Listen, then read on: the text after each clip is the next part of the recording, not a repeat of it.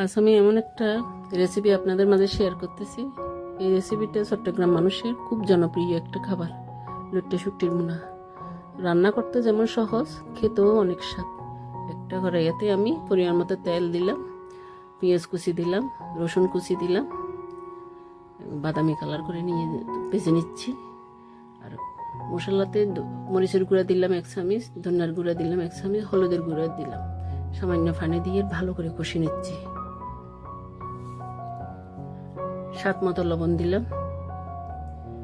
আগে থেকে আমি ধুইয়ে শুকটিগুলোরে দিয়ে মশলার সাথে দিয়ে ভালো করে কষে নিচ্ছি। সামান্য একটু পানি দিলাম, দিয়ে আর একটু কষে নিচ্ছি। এ তো হয়ে গেল লইট্টা শুটকির ভুনা। একটু ধনিয়া পাতা ছিটিয়ে গরম গরম পরিবেশন করব। আপনারাও রান্না করে খেয়ে দেখবেন।